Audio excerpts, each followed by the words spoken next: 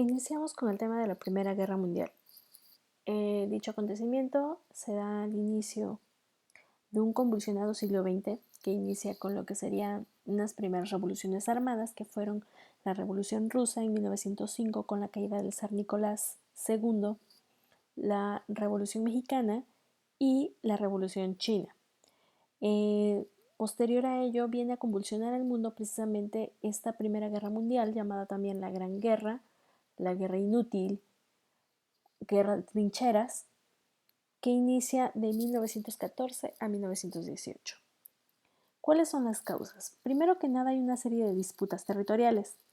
Obviamente vimos que la Segunda Revolución Industrial se da a la par de el imperialismo se expande por medio del expansionismo que se dio hacia el nuevo colonialismo que se extiende por los continentes de Asia, África y Oceanía. Y entre estas disputas coloniales entre los imperios, inicia un conflicto por la región de los Balcanes entre el imperio austrohúngaro y el imperio ruso, y por otro lado se están peleando Alsacia y Lorena, eh, el imperio francés y el imperio alemán. Recordemos que Francia era una potencia económica que se había extendido en gran parte de lo que era el continente africano, y por su parte Alemania, cuando efectúa la Conferencia de Berlín en 1884, busca precisamente poder obtener esa extensión territorial hacia un nuevo colonialismo que él también quería como parte de su surgimiento como nueva nación y nuevo potencial imperialista. Aunado a esto viene una serie de rivalidades económicas entre precisamente Alemania e Inglaterra. ¿Por qué con Inglaterra? Porque, bueno, obviamente Inglaterra era quien tenía mayor número de posesiones en los tres continentes ya mencionados. Situación que orilla que hay una serie de intereses coloniales que empiezan a causar mucho ruido, llevando a lo que va a ser la formación de los dos bloques que más adelante se van a enfrentar. Por un lado va a estar la Triple Alianza, que era la alianza de los imperios centrales, encabezada por Alemania, Austria-Hungría e Italia. Ojo, aunque solamente se están nombrando ahí a tres imperios, y más adelante ahorita con la Triple Entente, Inglaterra, Francia y Rusia, otros tres imperios, no quiere decir que no participaran más naciones, simplemente fueron las que encabezaron estas alianzas. Una vez formados los dos bloques, la Triple Alianza y la Triple Entente, o la Entente Cordiale, viene un periodo de alrededor de 20-25 años en lo que se le va a denominar como una paz armada. Paz porque está en completa tranquilidad, no hay enfrentamientos armados como tales, pero inicia una carrera de armamentos en la que se están preparando para la guerra. ¿Por qué? Porque precisamente la Primera Guerra Mundial tiene la característica de que se va a dar toda una serie de exposición de nuevas armas bélicas que se van a desarrollar gracias a esta segunda revolución industrial. Los primeros submarinos, lanzallamas, la metralleta, los primeros aeroplanos que se utilizan para la guerra, en fin, un sinnúmero de nuevas armas, bombas lacrimógenas con gases que se van a utilizar y van a, ahora sí, hasta reivindicar el arte de la guerra, ¿no? Porque empieza a darse un mayor desarrollo de lo que es esta industria bélica. Entonces, ese periodo de paz armada, de una aparente paz, no es otra cosa más que una carrera de armamentos en la que se va a tener toda una serie de tensión entre estas dos alianzas que se dan, ¿no? Entre la Triple Alianza y la Triple Entente. No es que la muerte del archiduque sea lo que orilla a una guerra, como nos decían los libros de texto, no, o sea, son todas estas causas, y únicamente el detonante, la gota que viene a derramar el vaso, es el asesinato del archiduque Francisco Fernando en Sarajevo a manos de un serbio. ¿Cuál es la importancia o la relevancia de este personaje? Bueno, es que este hombre era el único heredero al trono de Austria-Hungría. Entonces, prácticamente inicia la guerra porque Alemania respalda a los austrohúngaros por la muerte del asesinato del archiduque y Rusia respalda a los serbios que fueron, era de la nación del lugar en donde este hombre asesina, ¿no?, al archiduque. Entonces, esto viene a originar ya lo que va a ser una guerra de 4 años, también llamada, les decía yo, la Gran Guerra. ¿Por qué la Gran Guerra? Porque hasta antes de que iniciara o se supiera que iba a haber una Segunda Guerra Mundial, pues esta fue la Gran Guerra. ¿Por qué? Porque estaba cubriendo la mayor parte del planeta. Quedamos que el hecho de que los imperios coloniales fueran europeos y fueran poseedores de colonias en Asia, África y Oceanía implicaba que esta guerra era de una magnitud mundial por el hecho de las posesiones que se tenían en todos estos continentes.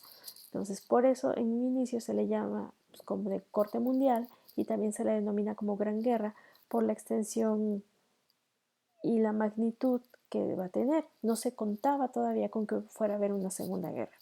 Por otro lado, le llaman guerra inútil porque al final de cuentas pues no se obtiene gran cosa, más bien se sientan las bases de lo que va a ser la Segunda Guerra Mundial y se le denomina guerra de trincheras porque va a ser una de las principales estrategias que utilizaron para esta guerra, que una trinchera no era otra cosa más que cavar un agujero en el que permanecieron largas cantidades de tiempo. Bueno, el primer año, que va de 1914, es denominada como una guerra de movimientos porque se da esta situación de los enfrentamientos y cómo se va dando en avanzada. Sin embargo, para 1915 y 1916 es cuando se denomina como una guerra de posiciones, porque es cuando se da estos enfrentamientos entre las trincheras que se hicieron de lado a lado.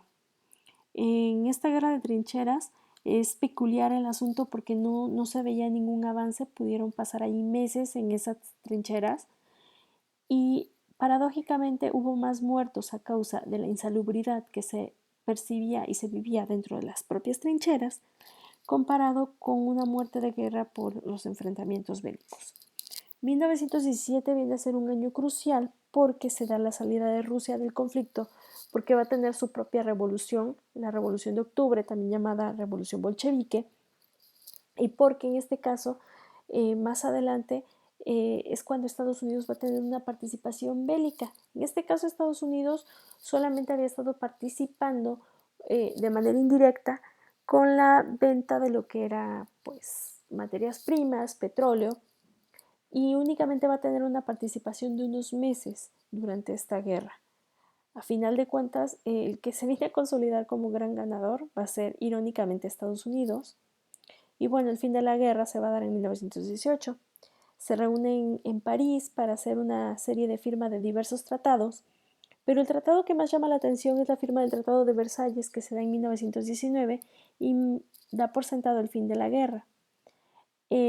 Lo que llama la atención de este Tratado de Versalles es que precisamente Alemania queda declarada como culpable de esta gran guerra, le solicitan que se desarme, que reduzca el número de miembros del ejército y que deba de pagar una indemnización a todas las naciones que se vieron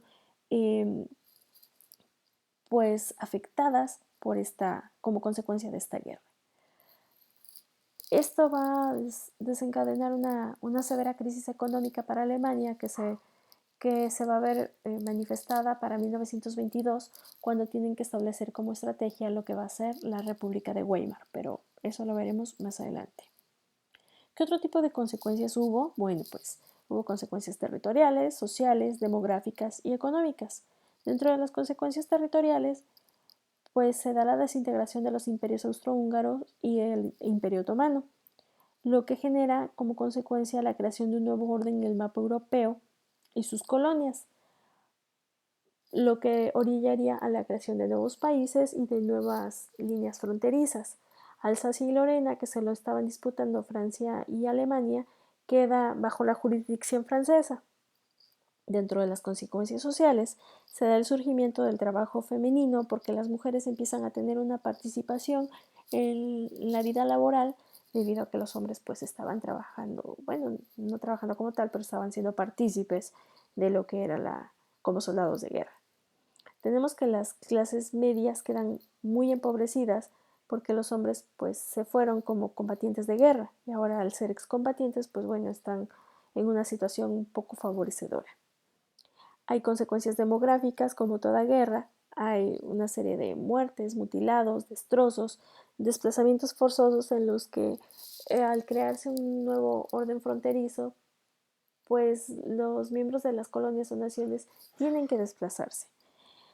En el caso económico, los destrozos generan grandes pérdidas materiales a causa de la guerra, severas crisis económicas, que como vía alternativa pues viene el endeudamiento. Y algo paradójico es que Estados Unidos se viene a consolidar como la primera potencia mundial. Por otro lado, retomando otro de los puntos que va a llamar la atención es que en esta Primera Guerra Mundial Adolfo Hitler se enlista en las tropas del Imperio Austrohúngaro y tiene una participación en esta Primera Guerra Mundial.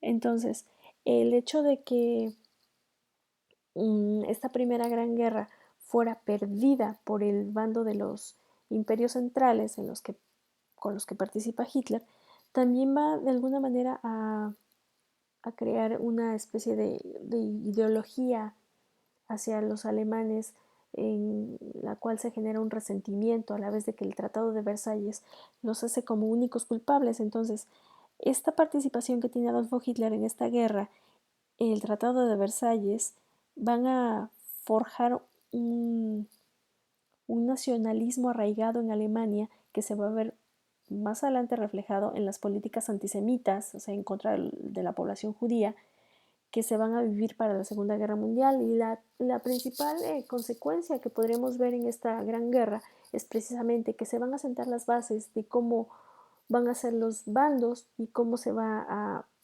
pues a efectuar un segundo proceso armado denominado Segunda Guerra Mundial.